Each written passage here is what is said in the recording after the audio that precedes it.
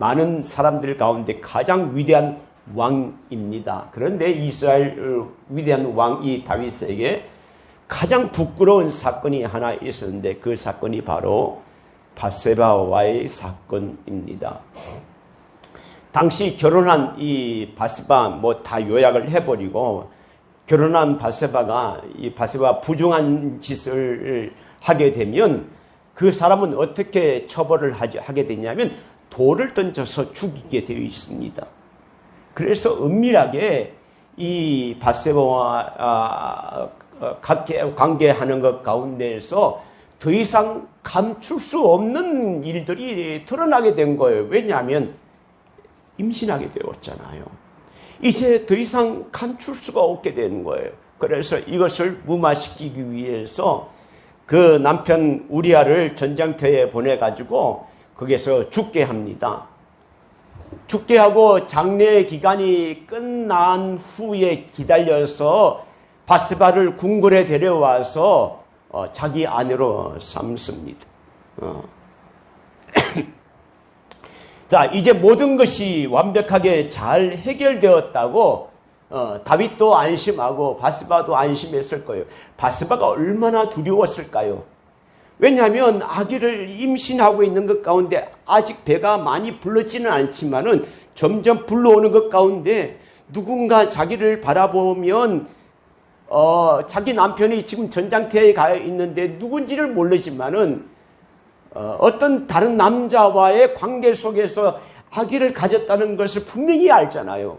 그러면 거리로 데리고 나와서 돌을 던져서 죽게 된 그런 위기 가운데 다윗에게 급하게 얘기를 했을 것입니다. 나 임신했는데 어떻게 할까요?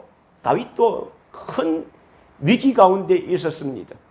그래서 이것을 우리아를 죽이고 모든 것이 해결되어서 다윗도 밧세바도 이제 안심이 되었다라고 기뻐할 수 있었을 거예요. 그런데요, 11장 마지막 절에 보면 27절에 보면 이렇게 말합니다.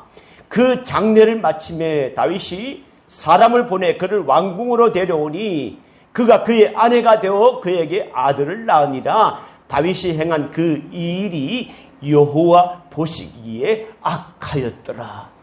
사람들은 몰라요. 그런데 여호와 보시기에 악하였다. 그런데 다윗의 귀에 들리지 않았지만 아마 신하들 중에서 몇몇이, 백성들 중에서 몇몇이 다윗이 범한 이 범죄에 대해서 알고 있을 사람이 있었을 거예요. 왜냐하면 다윗이 말합니다. 신하에게 저 여자가 누구의 여자인지 알아보고 오라 라고 해서 왔었을 때 궁궐에 들어오고 왔었을 때 그 여자를 본 사람이 있을 거고, 또 우리아를 죽여라고 했었을 때 요압 장군에게 그것을 명령을 보내서 했었을 때 요압이 그 내용을 잘 알고 있을 것이고, 그리고 이렇게 저렇게 하다 보면 한 사람 건너 한 사람을 하게 되면 다윗은 자기 귀에 들리지 않았지만은 많은 사람들이 다윗의 범죄에 대해서 알고 있었을 것입니다. 밧세바와 불륜의 사건을 맺고 난 뒤에 오늘 이 말씀은 약 한 1년 가까이 지나고 난 뒤에 이 사건입니다. 많은 시간을 주었음에도 불구하고 돌이키지 않는 다윗을 보고 하나님은 다윗을 찾아가시기로 작정하신 거예요. 하나님이 다윗을 찾아가시기로 했습니다. 기다리다 안 되었습니다. 그리고 12장 1절에 이렇게 말하고 있습니다. 여호와께서 나단을 다윗에게 보내셨다. 하나님께서 찾아가셨다는 것입니다. 누구를 통해서요? 나단 선지자를 통해서 찾아가신 것입니다. 하나님께서 다윗에게 찾아오지 않으셨다면 다윗은 여전히 그 가운데 죄 가운데 있었을 것입니다. 결과적으로 나단이 찾아가서 하나님의 말씀을 전하는 것 가운데 다윗이 철저한 회개를 하고 그 회개의 시작은 다윗이 스스로 시작한 회개가 아닙니다. 여러분 생각을 해보십시오. 나단이 찾아가기 전에 다윗의 마음 가운데는 야, 이렇게 하면 안 되겠지? 뭔가 답답한 마음도 있고 괴로운 마음도 있고 하나님께 내가 죄를 지었구나라는 그 마음 뉘우침도 있었지만은 회개하는 시간은 없었습니다. 그런데 회개는 다윗이 스스로 한 것이 아니에요. 하나님이 주도하신 회개라는 것입니다. 나단을 보내셨어요. 하나님이 주도하신 회개입니다. 그래서 때로는 이것을 보게 되면 여러분 우리가 회개한다고 생각을 하지만은 여러분 우리가 회개하고 싶어도 회개가 되나요? 입으로 회개하는 것은 회개가 아닙니다. 내가 진정으로 느끼고 참여하고 통곡하며 내가 진정으로 하나님 앞에 토해하는 것이 회개인데 오늘 이 말씀을 보면 회개는 다윗이 주도한 것이 아니라 회개할 것을 하나님이 주도한 것을 우리가 알 수 있습니다. 죄를 짓고 숨어 있는 아담에게 하나님이 말씀합니다. 아담아, 내가 어디 있느냐? 내가 숨었습니다. 하나님이 찾아가신 거예요. 아벨을 죽인 가인에게 가인아, 내 아우 아벨이 어디 있느냐라고 하나님이 찾아가신 거예요. 오늘도 다윗을 찾아가신 것입니다. 다윗을 찾아가신 그 하나님, 오늘 우리들에게도 여러분 찾아오시는 줄 믿으시길 바랍니다. 나단은 범죄한 다윗을 바로 지적하지 않고 비유를 들어 이 얘기를 한 거예요. 저 왜 그랬을까? 하나님이 지혜롭게 풀어나가시는 것을 보게 됩니다. 그런데 이와 같은 비슷한 사건이 성경에 있는 것을 보게 됩니다. 그것은 누구일까요? 세례 요한입니다. 헤롯 왕이 자기 이복 동생의 아내를 빼앗았는데 세례 요한이 소리칩니다. 백성들 앞에서 헤롯 왕이 잘못된 것을 죄를 지적하게 됩니다. 그런데 지적하는 것 가운데 화가 났어요. 헤롯 왕이 화가 났고 그 아내가 화가 나가지고 감옥에 쳐놓고 나중에 목을 잘라서 죽여버렸잖아요. 그런데 하나님은 그 방법을 사용하지 않고 나단에게는 또 다른 방법을 사용하셨어요. 비유를 들어서 다윗에게 설명하는 것을 보게 됩니다. 그 비유가 뭘까요? 한 성읍에 부자와 가난한 사람이 살고 있었어요. 그 부자는 양도 많고 소도 많았는데 이 가난한 사람에게는 암양 새끼 한 마리만 길르고 있었다는 거예요. 그런데 어느 날 이 부자에게 손님이 찾아왔어요. 그런데 이 부자가 자기의 재산 중에서 많은 양들 가운데서 많은 소 가운데서 한 마리를 잡아서 대접하면 좋을 텐데 자기 것은 놔두고 가난한 집에 암양 새끼 한 마리를 그것을 끌고 왔어요. 끌고 와서 빼앗은 거예요. 빼앗아서 자기의 손 대접을 하게 된 것입니다. 여러분, 가난한 사람에게 이 암양 새끼는 성경에 보면 자식처럼 길렀다고 했습니다. 딸처럼 여겼다고 했어요. 같이 밥 먹고 같이 잠자고 했던 그러한 귀하게 여겼던 이 하나밖에 없는 양인데 이것을 이렇게 했습니다라고 말을 나단 선지자가 다윗에게 말을 했습니다. 그 당시는 선지자와 왕이 어떤 재판에 대해서 이런저런 얘기에 대해서 나눴을 거예요. 그래서 왕은 어떻게 생각하십니까? 나단이 이렇게 왕에게 물었어요. 물었을 때 다윗이 뭐라고 하나요? 5절을 한번 보실까요? 읽어보겠습니다. 자, 5절 같이 읽어볼게요. 시작.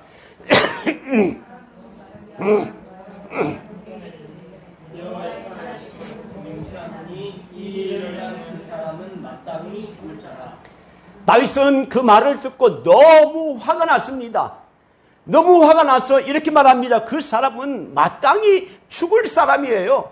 마땅히 죽어야 된다. 그리고 6절에 보면 이렇게 말합니다. 그 빼앗은 양에 대해서는 몇 배나 갚아야 된다고 나와 있어요? 4배나 갚아야 된다고 나와 있습니다. 이것은 율법에 나와 있어요. 출애굽기 22장에 보면 소를 도둑질한 사람은 한 마리를 도둑질하면 5마리를 갚을 것이고 양 한 마리를 도둑질하면 4마리를 갚아야 된다. 그리고 삭개오가 이렇게 했잖아요. 내가 누구에게 토색한 것이 있으면 내가 4배나 갚겠나이다 라고 말했어요. 그 율법에 있는 말을 다윗은 생각해서 율법대로 저 사람은 죽어야 되고 또 손해배상을 해야 되는데 4배나 갚아야 됩니다. 이렇게 말을 했습니다. 나단이 자기의 죄를 지적하는 그 말인 줄 잘 모르고 다윗은 다른 사람의 말로 생각했습니다. 자기에게 주는 말이 전혀 아니라고 생각을 했어요. 우리는 설교를 들을 때 나에게 적용하기보다는 다른 사람에게 해당되는 것으로 생각하고 오늘 이 설교는 저 집사님이 들었으면 참 좋겠는데 저 권사님이 들었으면 마음에 찔림이 있을 거야. 또 그 말은 내 것으로 듣긴 들었는데 오늘 목사님이 왜 나에게 말을 하지? 기분 나쁜데? 그리고 때로는 어떤 분은 기분 나빠서 교회에 나오지 않습니다. 내 말로 듣기는 듣지만은 기분 나빠서 나오지 않습니다. 목사가 얘기를 할 때 어떤 것으로 저 사람을 지적해서 설교를 하지 않습니다. 그런데 그것이 내게 주시는 것으로 받아들이면 그것이 얼마나 은혜가 됩니까? 다윗은 그 말을 자기 것으로 받지 않고 다른 사람의 것으로 생각했습니다. 하나님의 관심은 어디에 있습니까? 다른 사람에게 있는 것이 아니라 바로 나에게 있는 거예요. 오늘 말씀은 내가 들어야 될 말씀이라고 생각할 때 그 말씀이 내게 찔림이 되고 그 말씀이 내게 은혜가 되는 것입니다. 그러니까 다윗이 그렇게 화를 내면서 바로 당연히 저 사람은 마땅히 죽어야 된다는 그 말을 듣고 이렇게 말합니다. 7절에 이렇게 말합니다. 당신이 그 사람이라. 당신이 그 사람이라. 다윗은요 전혀 생각지도 못했습니다. 깜짝 놀랐을 거예요. 마치 나단의 그 말이 하나님이 자기에게 말하는 것 같이 들렸을 것입니다. 하나님의 은혜가 아직 살아있는 사람은 그것이 하나님의 음성인 줄 알고 두려워하지만은 하나님의 음성이 아닌 사람은 야, 네가 그렇게 해? 헤로드 왕처럼 목을 잘라서 버렸을 거예요. 그런데 다윗은 목동 때부터 하나님의 말씀을 듣고 하나님의 말 찬양하며 예배하는 그런 자인 줄 우리가 다 알지 않습니까? 그런데 오늘 나단 선지자의 지적 가운데서 하나님의 음성으로 들린 거예요. 깜짝 놀랐습니다. 나단 선지자는 다윗의 이러한 범죄를 저지르게 된 원인이 무엇인가 얘기를 하는데 네가 하나님의 은혜를 당신이 하나님의 은혜를 잊어버렸기 때문에 그렇다.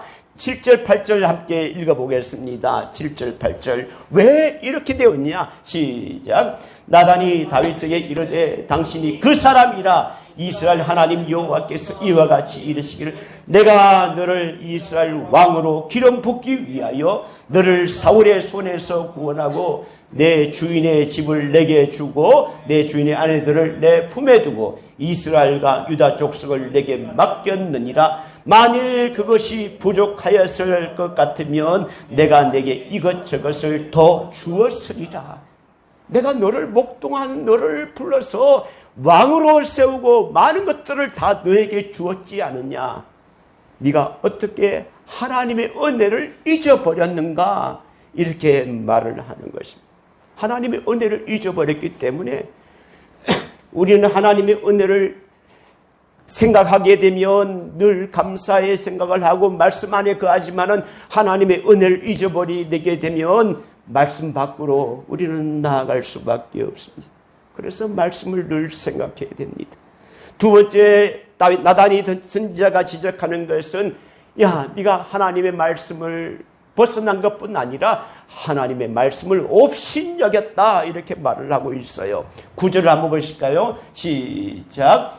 그러한데 어찌하여 네가 여호와의 말씀을 업신여기고 나보기 악을 행하였느냐. 여기 보세요.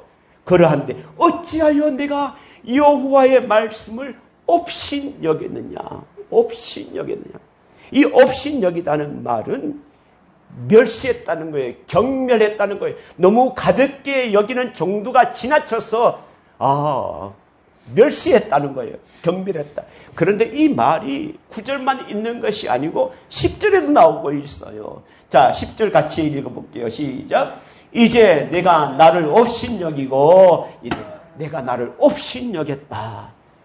업신여겼기 때문에 하나님의 말씀에서 도저히 하지 말라는 것을 하고도 1년간 기다렸다는 거예요. 1년 동안 하나님께서 기다리신 거예요. 돌이키기를 기다리셨다는 거예요. 그러니까 네가 이렇게 하나님을 잊어버렸기 때문에 죄 가운데 있고 하나님의 말씀을 업신여기기 때문에 그러지 않느냐. 여러분, 말씀으로부터 죄가 언제 우리가 죄를 짓게 됩니까? 말씀으로부터 멀어질 때 죄를 짓게 되는 거예요. 하나님의 말씀과 죄의 거리는 비례하는 것이 아닙니다. 반비례하는 것입니다. 하나님의 말씀과 가까워지면 죄와 멀어지게 되는 거고, 죄와 가까이 되게 되면 하나님의 말씀과 멀어지게 되면 죄와 가까이 되는 거예요.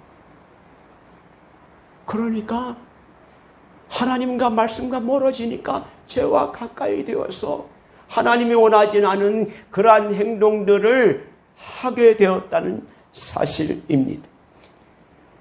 다윗이 보여준 반응이 무엇입니까? 다윗이 그 말씀을 듣고 당신이 그 사람이라 말을 할 때 그 다음에 다윗이 반응이 무엇일까요? 13절 같이 읽어보겠습니다. 13절 시작.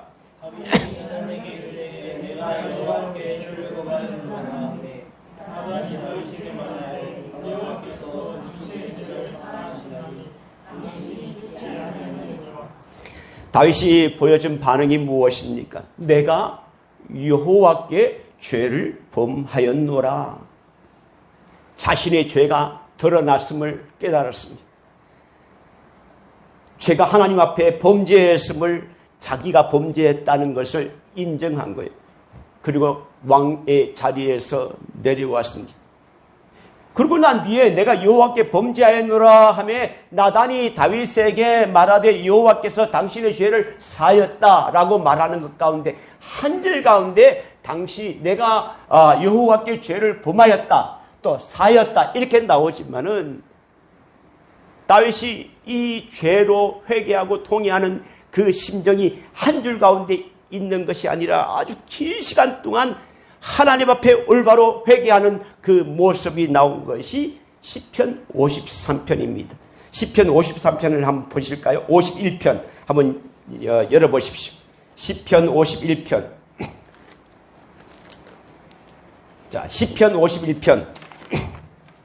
제일 위에 나오면 뭐라고 되어 있나요? 붉은 글씨로 뭐라고 되어 있죠? 바세바와 동침한 후 선지자 나단이 그에게 왔을 때에 하는 말이었습니다. 어떻게 있냐? 1절부터 5절까지만 읽어보겠습니다. 시작.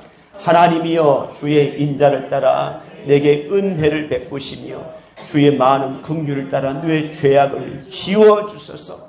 나의 죄악을 말갛게 씻으시며 나의 죄를 깨끗이 제하소서. 무릇 나는 내 죄가를 아오니 내 죄가 항상 내 앞에 있나이다. 내가 주께만 범죄하여 주의 목전에 악을 행하였사오니 주께서 말씀하실 때 의로우시다 하고 주께서 심판하실 때 순전하시다 하리다. 내가 죄악 중에 출생하였으며 어머니가 죄 중에 나를 잉태하였나이다. 하나님, 내가 주께 범죄하였습니다. 죄를 덮어쓰고 왕복을 벗고 눈물을 흘리면서 통회하고 자복하는 것 가운데 있습니다. 이 시편 51편의 전체가 다윗이 참여하며 하나님께 회개하는 그 기도의 문인데, 기도의 시입니다. 기도문입니다. 그런데 오늘 이 가운데서 다윗이 제일 두려워하는 것과 죄를 짓고 난 뒤에 회개하면서 제일 두려운 것이 무엇일까? 하나님이 사울 왕처럼 왕위에서 내려오는 것이 다윗에게 가장 두려운 것일까? 그러지 않았다는 것입니다. 시편 51편 말씀 가운데 가장 다윗이 제일 두려워했던 것이 나타나는데 11절을 한번 읽어보실까요? 11절 한번 보십시오. 시작. 나를 주 앞에서 쫓아내지 마시며 주의 성령을 내게서 거두지 마옵소서. 하나님, 나는 죄인입니다. 내가 죄의 범죄였습니다. 그렇지만은 하나님, 내가 나를 주 앞에서 쫓아내지 마세요. 주의 성령을 내게서 거두어 가지 마세요. 하나님, 내가 범죄했습니다. 얼마나 통회하면서 회개했을까? 저는 이 말씀 가운데, 이 시편 51편 가운데 다윗의 그 마음을 우리가 조금이나마 알 수 있습니다. 하나님, 주의 성령을 내게서 거두지 마옵소서. 그것이 다윗이 가장 두려워했던 것입니다. 오늘 13절에 다윗이 처절한 회개의 모습을 보고 나단이 말합니다. 여호와께서 당신의 죄를 사하셨나니 당신이 죽지 아니하리라.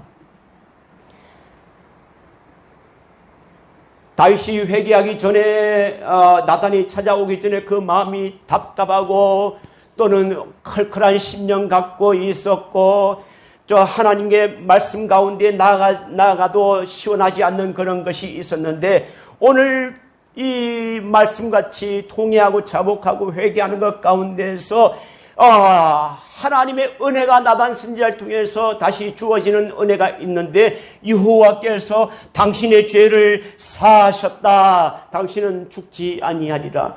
이 말을 듣고 용서함 받고 난 뒤에 다윗의 마음은 얼마나 기뻤을까. 지금까지 답답했던 그 마음들이 다 사라지고 기뻐하고 그 마음이 시원해지는 그 마음을 다윗은 느꼈을 것입니다. 여러분, 우리가 회개하고 난 뒤에 어떤 문제 가운데 정말 회개하고 난 뒤에 우리의 심정이 어떻습니까? 야, 얼마나 시원하고 가볍고 내가 새 사람이 되었다는 것을 느끼지 않습니까? 다윗도 아마 우리보다 더욱더 통회하고 자복했으니까 더욱더 깨끗한 마음, 새 사람이 되었다는, 하나님이 죄 사함을 받았다는, 하나님께 죄 사함을 받았다는 그 마음을 느꼈을 것입니다. 그렇지만요, 하나님은 사랑의 하나님이시지만은 공의의 하나님이세요. 그러니까 우리가 죄를 무서워할 일이 거기에 있습니다. 사무엘라 여기에 보면 12장에 보시면 14절에 이렇게 말하고 있습니다. 이 일로 말미암아 여호와의 원수가 크게 비방할 거리를 얻게 하였으니 당신이 낳은 아이가 반드시 죽으리라. 죄의 씨앗이었어요. 당신이 낳은 아이가 반드시 죽으리라. 하나님은 다윗의 죄를 용서하셨지만은 그 죄의 씨앗 아기는 결국 죽게, 그 뒤에 나오는 것 보면 죽게 되는 것을 보게 됩니다. 이 회개한 다윗에게 이 아이가 죽게 되지만은 또 하나님이 위로를 주시는 하나님의 은혜가 있어요. 자, 사무엘하 12장 24절 한번 보실까요? 24절 한번 보시겠습니다. 같이 읽어볼게요. 시작. 다윗이 그의 아내 바세바를 위로하고 그에게 들어가 그와 동침하였더니 그가 아들을 낳음에 그의 이름을 솔로몬이라 하니 여호와께서 그를 사랑하사. 25절 시작. 선지자 나단을 보내 그의 이름을 여디디아라 하시니 이는 여호와께서 사랑하셨기 때문이라. 여디디아, 여호와께 사랑을 입었다. 하나님께 사랑을 입었다. 솔로몬의 뜻이 무엇입니까? 평안이라는 뜻이, 샬롬이라는 뜻입니다. 여러분, 하나님의 공의의 하나님, 사랑의 하나님을 우리는 볼 수 있습니다. 그러니까 죄를 하나님이 용서하지만은, 그러니까 우리가 두려워해야 되는 것은 죄의 대가는 반드시 있다는 거예요.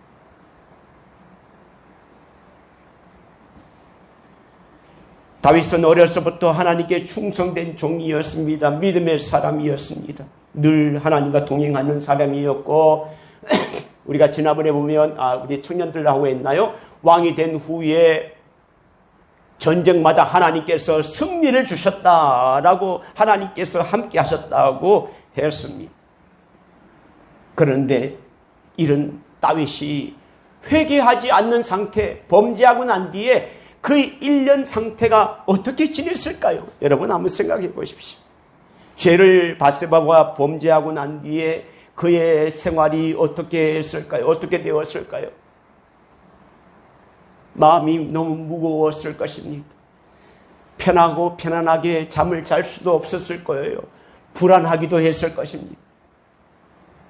답답했습니다. 하나님의 위로와 은혜가 중단되어 버렸습니다. 하나님과 교제가 막혀버렸습니다. 사울이 귀신 들렸을 때 다윗이 악기를 가지고 찬양할 때 사울에게 있던 귀신이 악신이 떠났다고 했는데 죄를 범하고 난 뒤에 다윗의 찬양은 은혜로운 찬양이 아니었습니다. 아침마다 저녁마다 하나님께 제사를 드렸을 거예요. 그렇지만 그 제사 가운데서 하나님께 드려지는 제사 가운데서 기쁨이 있었을까요? 죄가 있으면 이 문제가 해결되기 전에 답답하게 하나님과의 가로막힌 것이 있으면 기쁨이 없습니다. 육신은 예배당에 와 있을지라도 하나님께서 예배를 받으시는 것은 우리의 영이 하나님께 예배를 드리는 건데 우리가 육신과 영육이 예배를 드려야 되는데 육신만 앉아있다고 해서 하나님이 예배를 받으실까요? 다윗의 모습이 그렇습니다.